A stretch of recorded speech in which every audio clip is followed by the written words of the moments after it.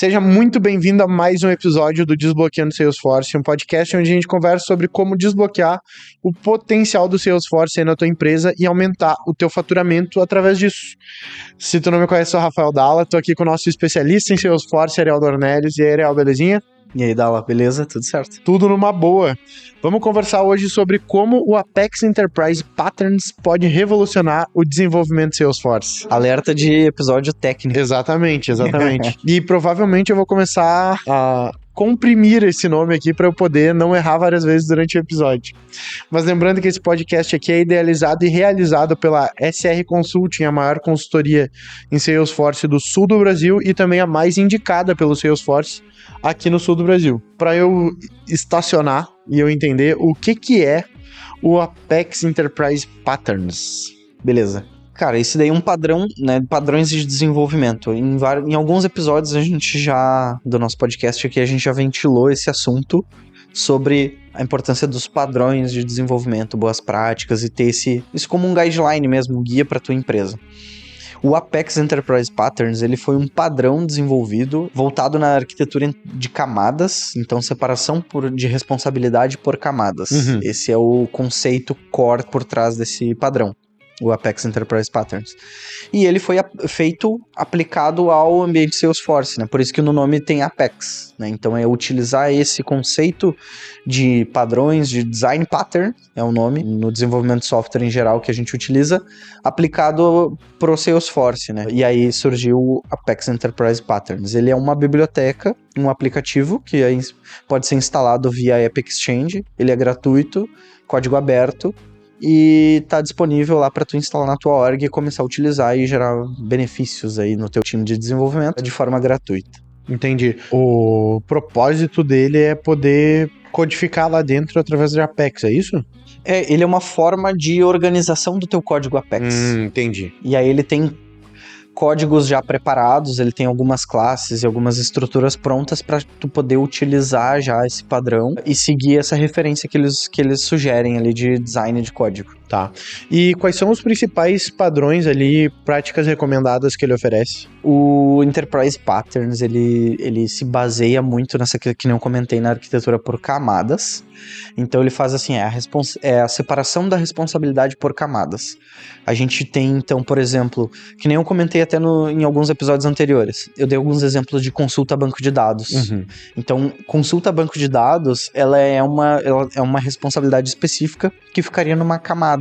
Então, nesse padrão ali do Enterprise Patterns, eu tenho a camada de service, eu tenho a camada de domínio e eu tenho a camada seletora. E um quarto elemento que eu tenho é o Unit of Work, tá? A gente pode entrar depois em detalhes de cada uma delas. Mas assim, falando rapidamente, a camada de domínio é onde eu coloco toda a minha regra de negócio voltada aos objetos do Salesforce. Então, por exemplo, eu tenho lead, eu tenho oportunidade, eu tenho account, eu tenho objetos customizados que eu vou criar daqui a pouco, projeto, obra e por aí vai, dependendo do contexto de cada um. E aí, dentro dessa camada de domínio, eu colocaria regras de negócio. Daqui a pouco alguma validação, alguma implementação que é particular daquele negócio. Uhum. Eu tenho a camada de serviço, que ela é uma camada onde eu consigo fazer uma orquestração, digamos assim, das operações. Então, digamos que eu tenho um cenário onde vem do front-end até o meu back-end, né? Então, eu tenho um botão numa tela que vai ser chamado, daí depois ele tem que fazer uma consulta no banco de dados, ele vai ter que atualizar um registro no banco de dados e daqui a pouco fazer uma integração externa, chamar uma API. A camada de serviço é a responsável por fazer toda essa orquestração, ligar todos esses pontos. Então, dado que eu recebi do meu front-end essa informação, eu começo a chamar, eu vou chamar a API externa, daí eu pego o retorno da API, eu consulto no banco, atualizo no banco e por aí vai, entendeu? Essas camadas são as camadas que tu tinha falado no episódio anterior ali comigo da questão. Ali vai estar sempre aquele padrão de consulta de lead, por exemplo. Entendi. Isso. Aí eu não cheguei ainda nessa camada, mas essa que tu deu o exemplo do banco é a camada de seletor, né, o selector. Então eu tenho esses três tipos de camada. Eu tenho a de selector, onde vão ter todas as minhas consultas ao banco de dados. eu vou ter a minha camada de domínio, onde vão ficar as regras de negócio, validações pertinentes àquele contexto, seja o lead, seja o account, algum processo. E eu tenho a camada de serviço, que ela vai fazer toda essa orquestração e conectar os pontos e fazer a lógica passo a passo, digamos assim. Ele vai conectar todas as pontas, sabe? E por último eu tenho o Unity of Work, que é uma unidade de trabalho, é um framework, é um modelo utilizado para atualizar registros no banco de dados. Então é diferente de consultar. No Selector a gente tem como se fosse um padrão de repositório, que é o Repository Pattern. Que é um padrão de consulta ao banco de dados. Então eu vou fazer queries ali, SOQLs, e consultar os meus dados e depois trazer para expor eles para uma camada de serviço ou para um front-end, por aí vai. E aí quando eu falo de Unity of Work é quando eu atualizo. Realmente eu faço os DMLs, que a gente chama, que é o Data Manipulation. E aí no Unity of Work eu consigo trabalhar com múltiplas alterações, ele fica em memória, essas alterações, até no final, como se fosse numa transação em aberto, e no final eu faço uma grande atualização dos registros. Assim, resumidamente, são essas três as camadas core que a gente tem ali desse padrão. Entendi. E por que implementar o Apex Enterprise Patterns pode ajudar a melhorar ali a manutenção e a escalabilidade ali do código Apex? Legal. Cara, assim, implementar o padrão, esse design pattern, ele tem a sua curva de aprendizado, então o time de desenvolvimento, isso tem que estar difundido, né, disseminado dentro do time, para que flua bem, mas no momento em que eu tenho as camadas bem estruturadas e o time tem o conhecimento e o domínio dessas regras e desses conceitos, cara, a produtividade aumenta muito. Eu vou ter menos duplicidade de código, eu vou conseguir reaproveitar muito mais meu código, eu vou ter menos acoplamento, eu vou ter classes muito menores, eu não vou ter aquelas classes com 10 mil linhas de código. A manutenibilidade do meu código vai ser muito melhor. Eu vou conseguir... O time, ele entende, cara, eu preciso implementar uma consulta ao banco de dados. Ele sabe que é na camada de selector. Então, por exemplo, né, eu tenho que fazer uma consulta de leads, né, no meu banco de dados. Vou na lead selector. Deixa eu ver se já existe essa consulta ou uma consulta parecida com o que eu quero fazer, já pronta. E aí eu reaproveito essa consulta, né? Um outro truquezinho, assim, ou não é um truque, mas é uma funcionalidade que tem no padrão de repositório, nesse selector, é que eu consigo, inclusive, vamos pensar um cenário. Lembra que eu falei assim, cara, são poucas as possibilidades, ou tipo, sei lá, 80% dos casos de consulta de lead vão ser pelos mesmos parâmetros, que é tipo, eu vou consultar um lead por ID, ou eu vou consultar por data de criação, ou eu vou consultar por canal de origem, alguns filtros, certo? Então eu vou ter, sei lá, umas 4 consultas de lead que vão cobrir 80% dos meus cenários ali do dia a dia que eu vou precisar. Só que o que varia muito às vezes, que faz com que as pessoas dupliquem muito as consultas? Numa delas, todas elas, os filtros são muito parecidos, mas em várias delas, os campos que eu busco são diferentes. Então, por exemplo, eu quero consultar todos os leads, eu tenho 10 consultas diferentes, 10 cenários diferentes que eu quero consultar os leads pelo canal de origem, porém nessas 10 eu tenho campos diferentes que eu vou trazer. Entendi. Então, por exemplo, eu vou trazer a data de nascimento, outro eu vou trazer o estado, outro eu vou trazer dados financeiros, outro eu vou trazer... Entende? Eu posso ter visões diferentes, né? E aí, em tese, eu teria 10 consultas, teria que replicar 10 consultas diferentes no meu banco. Sim. Só que não, tem uma funcionalidade muito bacana nesse padrão do pattern do selector, que eu consigo fazer a query e parametrizar e colocar que seja dinâmico os campos que eu vou trazer. Legal. Então, por exemplo, eu consigo... Isso se chama consulta por field sets. Então, eu consigo criar na org lá, eu vou lá e crio diversos field sets.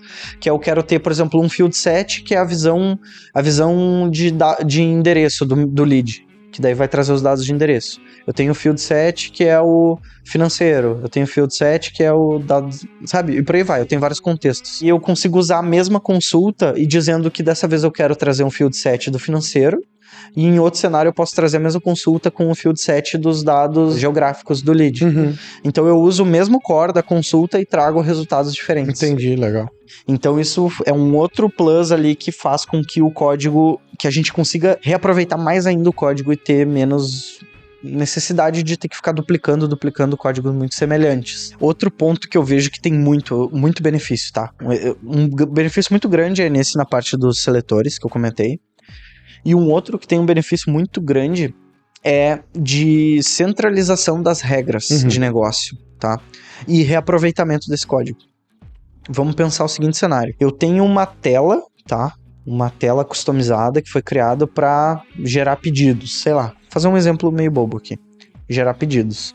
Eu tenho uma rotina que roda um Apex, um batch, que rodem diariamente, que vai trabalhar pedidos também, tá? Então eu tenho 2 cenários diferentes. Eu tenho uma tela que imputa pedido e eu tenho uma outra rotina que ele vai pegar de uma base externa e vai converter em pedidos, vai gerar pedidos dentro do Salesforce.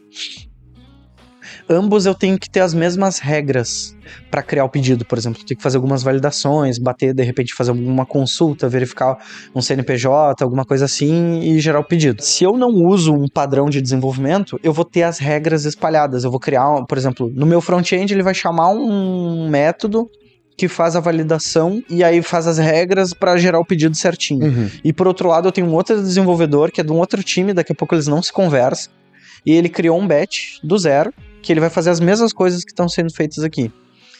E aí eu venho depois, tem um terceiro requisito, vem um terceiro desenvolvedor, e aí daqui a pouco agora não é mais o batch e não é nem no front, agora é uma integração. Então um outro sistema vai chamar a API de Salesforce e gerar pedidos. Tu entende que começa a gerar uma redundância de código aqui, uma duplicidade de código muito grande. Sim. E aí daqui a pouco mudou uma regra na inserção do meu pedido. Cara, eu vou ter que ser que nem um louco, olhando a integração, olhando isso e aquilo para poder alterar. Se eu aplicar o padrão de camadas, separação por responsabilidade, toda essa regra de validação do pedido para gerar ele, e inclusive a geração do pedido, vai ficar na minha camada de domain e de service, entendeu? Porque lá eu vou ter as regras de negócio, e lá eu vou ter a camada de serviço que vai orquestrar tudo e vai validar, vai consultar a API externa, vai ver se tá tudo ok e persistir no banco de dados. Sim.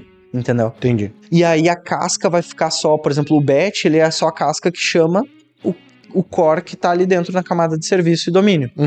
O meu front-end é a mesma coisa. O front-end vai ser uma casca que vai chamar aqui. Então eu consigo ter esse desacoplamento dos contextos e reaproveitar isso em vários lugares.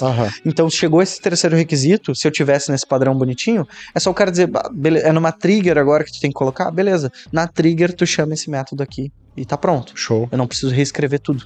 Sim. Né?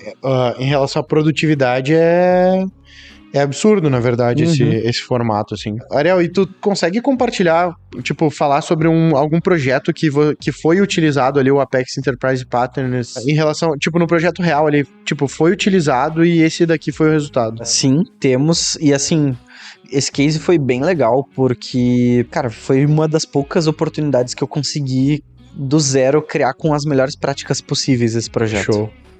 E eu falo assim porque na época... O orgulho do pai, né? Orgulho. Né? Porque na época eu era o líder do projeto Salesforce. Realmente, tipo, era quando eu ainda não tinha SR, a gente não tinha aberto consultoria. Eu desenvolvia outras tecnologias, não conhecia Salesforce. Esse é um parênteses.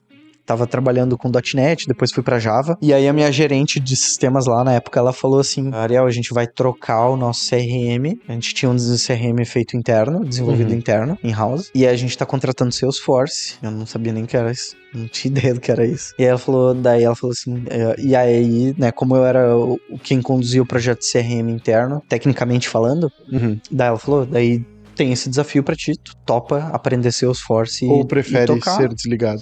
Ou sei lá, a gente acha uma outra oportunidade pra ti, ou realmente também, se eu quiser, vou buscar outra oportunidade, sei lá. E eu fiquei em dúvida, assim, no início, cara, não sabia, não tinha certeza se eu queria aprender mesmo Salesforce, mas daí, resumindo, né, aprendi. Aceitei o desafio, aprendi, daí nesse projeto a gente saiu com DevOps do zero. Primeira release já foi com DevOps e com design patterns aplicado no desenvolvimento, com DevOps, já com processo ágil, tudo bonitinho, sabe? Do zero isso. E aí foi bem legal, cara. Cara, a gente teve muita vantagem. O código era muito bem escrito. A gente tinha talvez eu já esteja antecipando algumas perguntas, mas só pincelando por cima. Tem sim desafios. O desafio é com que todo o time de desenvolvimento conheça o padrão e consiga ter clareza com esse padrão. Sim, então, pelo menos uma como é que se chama? É que no tráfego a gente fala ali, né, um padrão de nomenclatura, pelo menos das coisas ali, mas tem um... Sim, tem isso. São convenções, né, que a gente isso chama. aí, tipo São uma documentação, assim, convenção. sobre essa... São convenções. Então, sim, aí a gente apresenta, toda consulta no banco de dados fica num selector. Uhum. Daí tu vai olhar objeto selector. Uhum. Então, lead selector, account selector, opportunity selector e por aí vai. Então, tem que ter um banho ali, uma imersão e apresentar os padrões, a cultura e tudo mais. E isso era difícil porque tinha uma galera que vinha daí da consultoria que a gente tinha contratado na época, a gente já falou sobre isso, Sim, né? foi aí que nasceu a ASR, né?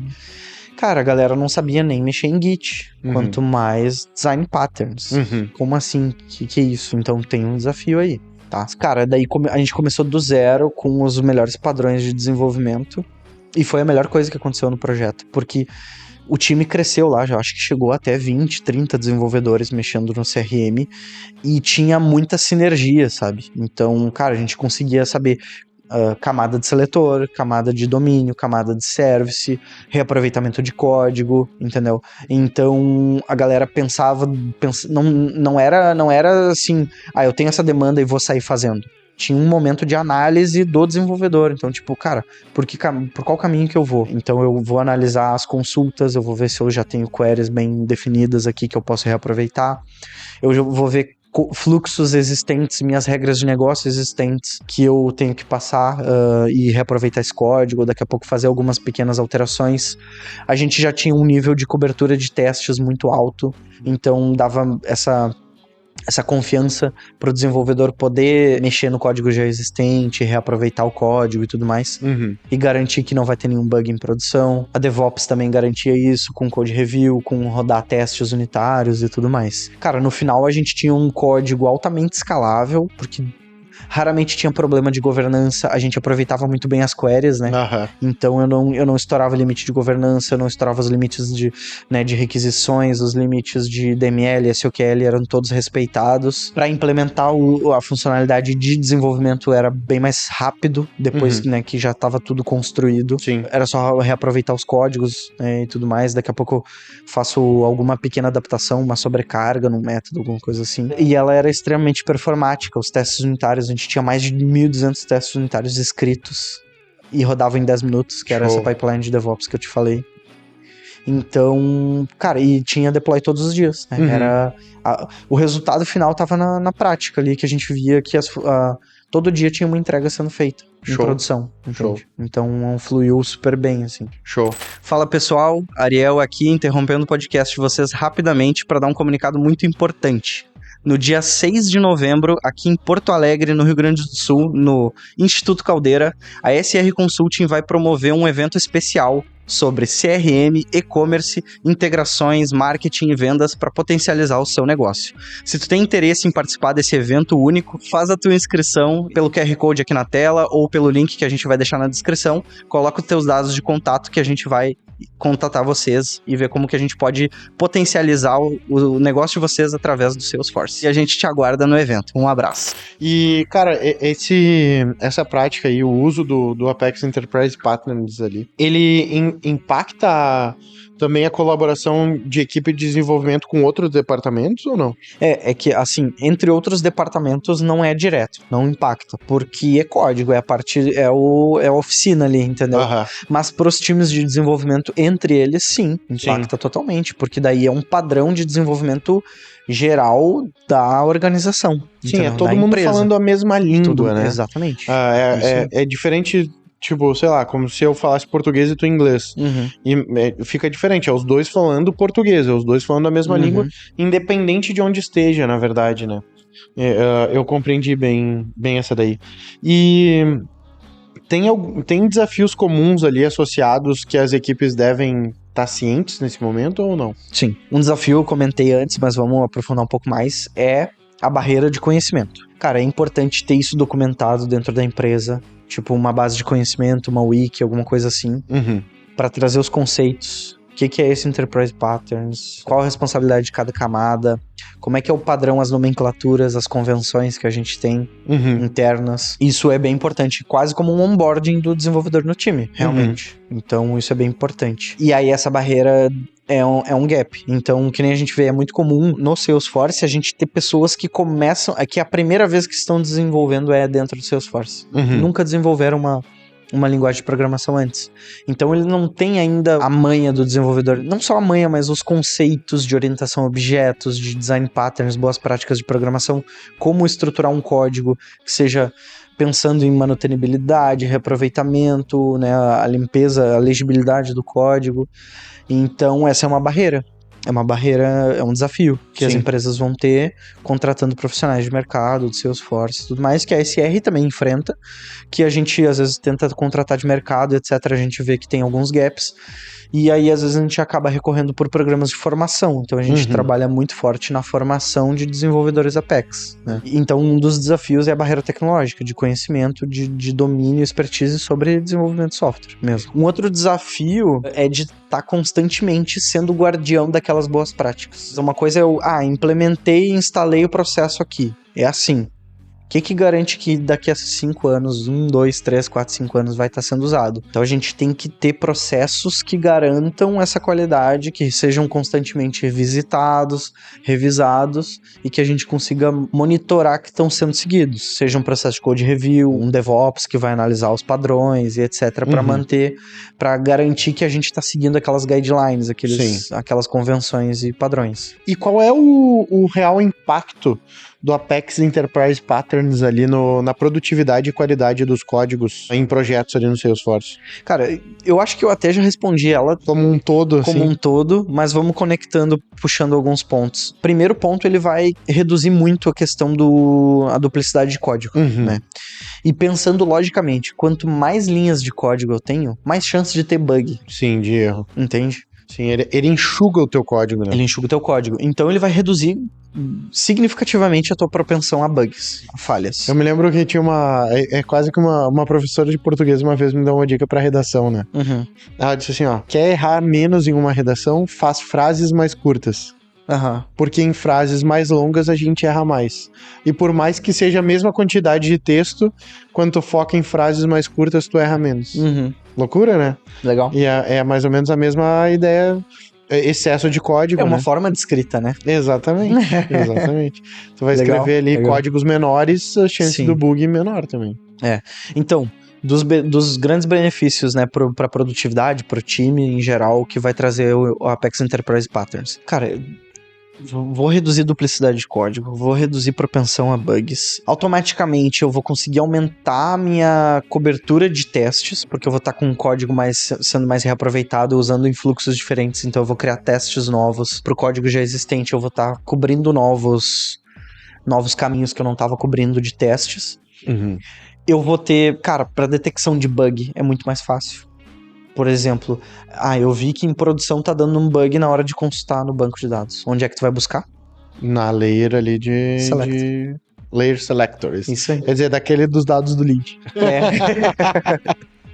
Não, mas eu vi que tu falou da layer ali, eu já vi certinho. Eu sabia que tu ia, mesmo não falando o termo selector. Sim, eu sabia onde é que era. Ia entrar no selector. Então, eu tenho uma regra de negócio que não tá se comportando do jeito certo. Eu sei que eu vou lá na parte de domínio, entendeu? A orquestração a chamada pra minha API tá com problema. Eu vou no service, entendeu? Sim. Então, tu começa... Fica muito mais fácil. Sim, o mapeamento de bugs, o mapeamento de onde atuar fica muito, muito mais menos burocrático, né? Exato. Mais acessível. E no momento em que tu vai implementar novas funcionalidades, cara, eu vou implementar uma consulta nova, eu já vou ver lá se já existe. Daqui a pouco, se tá usando o field set, melhor ainda, porque com certeza vai ter aquela consulta que tu vai poder reaproveitar. Daqui a pouco tu só cria um field set novo, ou usa um field set que já existe também. Então ele fica muito mais fácil. Outro ponto que eu comentei também é a questão de conseguir melhorar essa questão da tua gestão, da tua governança, os limites de governança da tua org. Então tu vai evitar, vai ter muito menos chance de tu ter de estourar esses estouros ali, de ter daqui a pouco um SQL dentro de for e por aí vai, porque tu vai estar reaproveitando um código que já tá bem escrito também. Então, cara, é um efeito dominó, assim, sabe, de grandes benefícios que vão ter. No final das contas, o impacto real, se for resumir, mais tarefas sendo desenvolvidas com maior qualidade, com menos nível de incidente, gerando mais funcionalidades em produção para a empresa, que no final, em último caso, vai ser mais receita, ou mais produtividade, mais eficiência para a empresa. Sim. Tá, e existe alguma desvantagem de adotar o Apex Enterprise Patterns? Cara, eu vou te dizer assim, ó, esse padrão ele é muito bom, eu vejo pouquíssimas desvantagens, mas realmente não é uma bala de prata. No desenvolvimento a gente fala muito isso, é difícil ou praticamente impossível alguma solução que atende tudo. Atende tudo, exato, não tem isso. Então, o que eu diria, é mais difícil fazer valer o benefício de implementar o Enterprise Patterns para aquela empresa que ela não tem a disciplina contínua de CRM. O que é isso? O que eu tô querendo dizer? É uma empresa que ela quer implantar o CRM da Salesforce na versão default e usar. Uhum. E é isso, entende? Agora, aquela empresa que é heavy user de Salesforce, de CRM, que, cara, eu vou implementar aqui o Salesforce, mas eu já tô olhando meu funil, eu tenho integração, eu tenho 10 canais diferentes para integrar, eu tenho que plugar o meu time de atendimento, eu tenho que fazer melhorias, um backlog contínuo, constante de melhorias de CRM, ali sempre o Enterprise Patterns vai atender, vai gerar ROI. Quando é um projeto de Quick Start, implantação, e é uma empresa que não tem no horizonte assim um padrão de investimento pesado em melhorias de CRM contínua, eu não sugeriria, porque ele acaba sendo custoso, né? Que nem eu falei no início, para projetos menores, tudo mais, exato. E às vezes tem casos nossos do próprio cliente que ele quer meter a mão depois, entendeu? Acontece, né? A escolha é dele, né? Claro. Não consigo interferir nisso. Então, às vezes, ele quer... Cara, eu tenho meu cara do TI aqui, ele vai mexer eventualmente. Meu, esse cara não vai entender design patterns. Vai ficar até mais complexo para ele mexer. Daqui a pouco ele pode ter uma impressão, pô, a consultoria fez um negócio super complexo aqui que eu não consigo mexer. Entende? Então tem que ter atenção a esses detalhes, tá? Então esse é um ponto que eu queria trazer não é de fato uma desvantagem, mas pode vir a ser, então não dá para aplicar, fecha o olho e implementa o Enterprise Patterns, entendeu? E vocês conseguem identificar... Tem algum momento específico que vocês identificam assim, essa empresa aqui não é tão grande, é um projeto menor, não vamos partir para esse caminho? Em que momento que vocês fazem esse plano ali de não vamos implantar com o Apex Enterprise? Normalmente, por exemplo, clientes que contrataram via projeto, normalmente a gente não... DevOps e Design Patterns não são o foco. O escopo é mais em atender aquela demanda, os fluxos e tudo mais, e entregar. Porque a gente não vai ter a continuidade do trabalho. E não no sentido de que, quer dizer, não tem a garantia, né? Alguns projetos acontecem de a gente entregar e depois ter uma fábrica ou uma sustentação, alguma coisa assim que a gente mantém ou faz melhorias. É que daí entra naquele cenário, e não é nem porque a gente, não vou botar porque é um projeto, entendeu? É porque daqui a pouco, o que acontece? O cliente, ele vai querer botar um time interno, ele mesmo vai... Então, ali a gente opta pela simplicidade. Sim, porque na média não é comum o desenvolvedor ter esse conhecimento. Exato. Entendi. Daí a gente começa a entrar na barreira do conhecimento técnico. Entendeu? Sim, entendi. Então, tanto DevOps, tanto DevOps quanto Design Patterns, que são coisas mais avançadas, a gente sugere quando a gente está no formato de fábrica estendida com o cliente, né? Então eu tenho profissionais alocados num backlog contínuo sendo desenvolvido ali, e aí a gente sugere pro time, pro cliente, e sempre tem o aval do cliente. Sim. Ele tem que priorizar, ele tem que ver valor nisso e colocar, e aí a gente implementa. Show. E a questão dos desenvolvedores que acham que o padrão muito rígido assim limita a questão da criatividade. Em relação ao Apex ali, Enterprise, como que tu vê essa relação? Eu acho zero a relação, tá? O padrão, ele não limita a criatividade, porque ele é só uma forma de organização do código. Ele não vai te limitar a nada, sabe? Então, a tua criatividade para buscar soluções e alternativas, ela ainda é bem ampla, sabe? O que eu tô imaginando aqui... É porque é um formato de organização, entendeu? Sim, então, a criatividade verdadeiramente não vai estar naquilo. Não vai estar naquilo. Se tu precisa fugir daquele padrão para ser criativo, eu acho que tu tá usando criatividade como bengala para daqui a pouco fazer algo fora do processo. Entendi. É uma forma de organização das camadas da organização do teu código. Vou dar um exemplo prático, tá? Cara, eu tenho uma integração que eu tenho que fazer. Eu posso fazer via API, via eventos, qualquer formato. Em qualquer opção que eu escolher, eu vou conseguir usar o Enterprise Patterns. E ele vai estar. Só que tu entende que o como, a solução, a tecnologia que eu vou utilizar, ela varia e depende da minha criatividade. E, inclusive, e não só da minha criatividade, mas dos meus conhecimentos de qual padrão de integração eu vou aplicar em determinado contexto. E isso, beleza, eu fazendo via API, ou fazendo com eventos de plataforma, etc., eu vou conseguir adaptar isso e utilizar nas camadas corretas. Entendi. Então, por exemplo, eu colocaria, ao invés de chamar uma API diretamente, eu publicar num evento, numa fila, num método Publish Subscribe lá, de eventos que a gente falou no episódio de integrações. Quem quiser ver mais detalhes aí, vai estar em algum lugar aí no comentário, não sei, alguma coisa aí. A gente vai botar aí.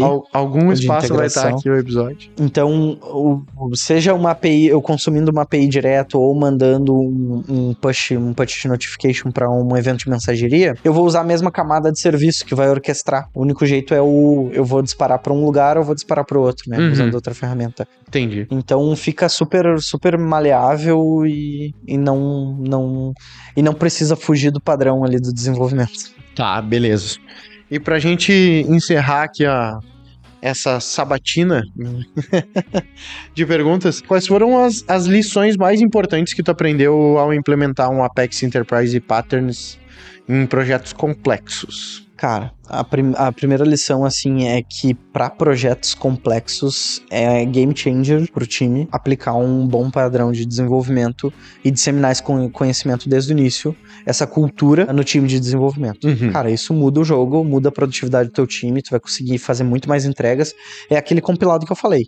Entregas melhores, mais frequentes, com menos propensão a falhas, e o teu time fazendo mais entregas, assim, com mais performance. Organização, né? Então, cara, tu já sabe que consulta vai para selector, service, orquestração vai para camada de serviço, regras de negócio, domínio, etc. E no longo prazo, essa implementação de boas práticas em projetos complexos, elas vão te evitar muita dor de cabeça, muito problema, que nem de outros clientes que eu fui falando, que a gente foi pegando clientes no meio do caminho, que já tem anos de org, anos de desenvolvimento dentro do Salesforce, que não tinha padrão nenhum e tava estourando limite de governança pra tudo que é lado. Lembra? Tinha uma trigger que acionava e estourava limite. Cara, um caos, assim. E era problema em produção, cliente gritando, cara, precisamos resolver.